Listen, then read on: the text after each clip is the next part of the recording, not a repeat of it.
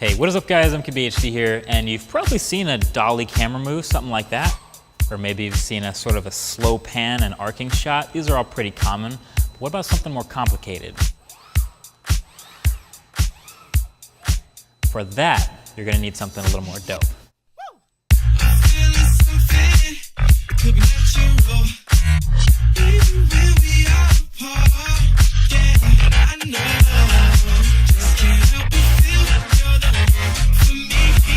What's up guys, MKBHD here, and welcome back to Dope Tech.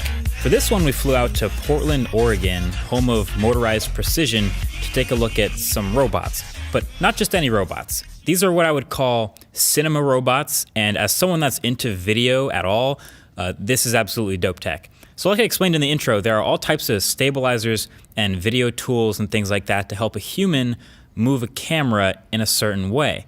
And actually, in most shots, you can kind of tell what type of device is being used. Like this shot, dolly cam.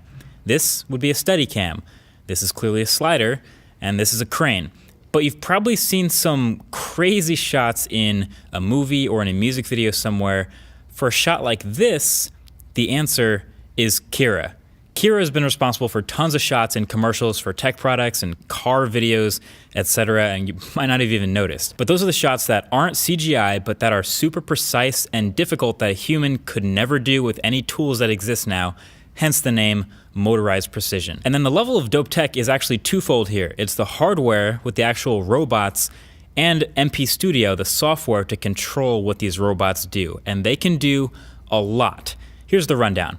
So the Kira robot itself is fully metal, extends up to 9 feet tall, has a couple fully articulating axes, and it can move up to 9 feet per second in any direction while carrying up to 40 pounds.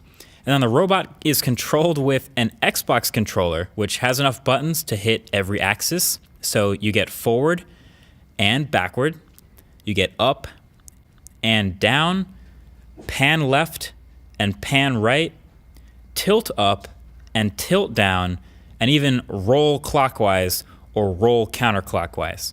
And once you've set the position, you can move the robot through space and time to other positions with keyframes in the software, MP Studio.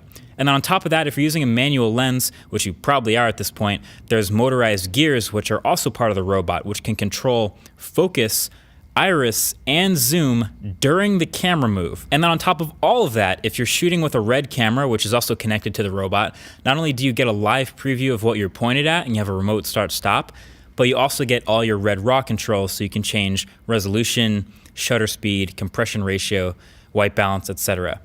Then you hit record, it starts rolling on the camera, and you run the Kira and it plays through the move you made at the speed you picked. And then, like I said, it can go really slow and smooth, or it can go fast. It might be hard to appreciate just how fast 3 meters per second really is, but it's really fast. You gotta know exactly what you're doing to keep it safe.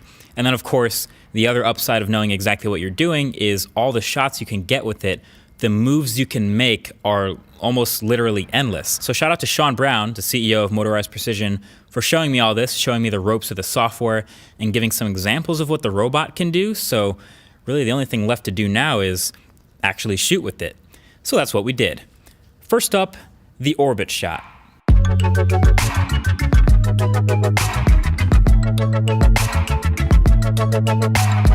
So this was fun. This was just a bunch of keyframes highlighting different parts from different angles of the same subject. And at every point, the camera stops, and we made sure that keyframe also had the subject perfectly in focus. And the end result just looks ridiculous, like you could see, almost kind of like this CGI. The motion blur is just dependent on the shutter speed we picked, but it's super real. And then from behind the scenes, you can see all the hinges working, all the cables plugged into the camera, straight into the robot that's talking to the computer. Pretty incredible if you ask me. Next up, we did a bit more of a traditional, like a phone on a table shot, which you've seen before, but with a twist. Check this one out.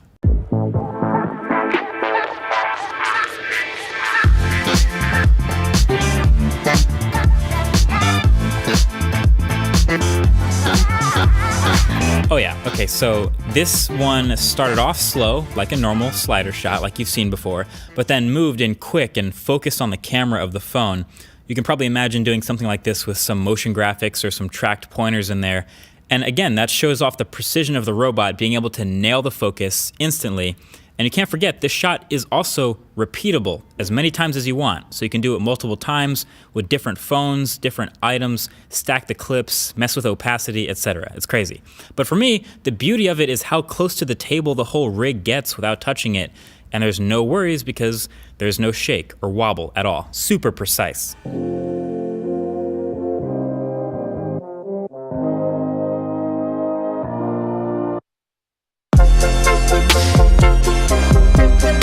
Okay, so this one was pretty simple, but still, if you saw it in a video, you might have your mind blown. But it's up to the top, spinning around, and then down on the other side. And I even think having more time with it, we'd be able to make this all like one continuous move. So you'd float over the top of the laptop, spin around without stopping, and then come down on the other side. But nevertheless, pretty sure that's next to impossible without this robot. And then next we decided to do something a little bit more difficult.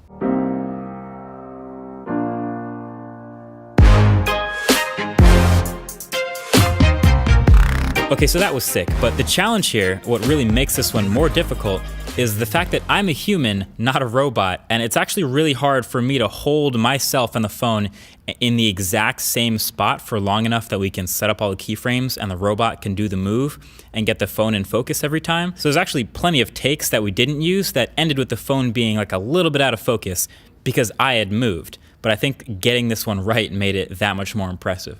And then last but not least, we broke out a bit of a different robot, also made by Motorized Precision. This one's called Mia instead of Kira.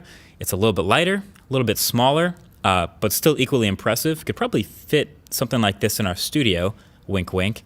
But it's also now on a massive motorized track system. So we did a little walking tracking shot.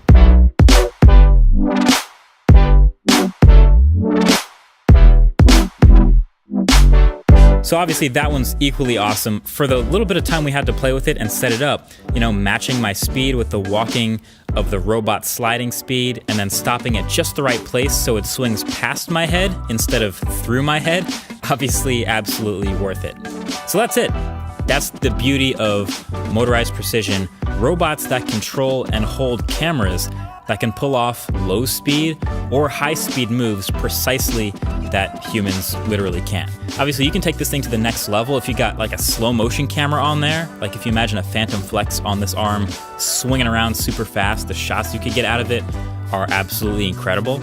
And again, if you can't underrate the software, MP Studio, there are older iterations of this same sort of robot control thing where you literally had to put in coordinates into an Excel spreadsheet to get a robot to move like this. So obviously this is miles better. Generally, people don't buy these robots. They get rented for certain shoots, like the commercials and music videos we talked about. But let me know, what would you use a robot like this for? So either way, that's been it.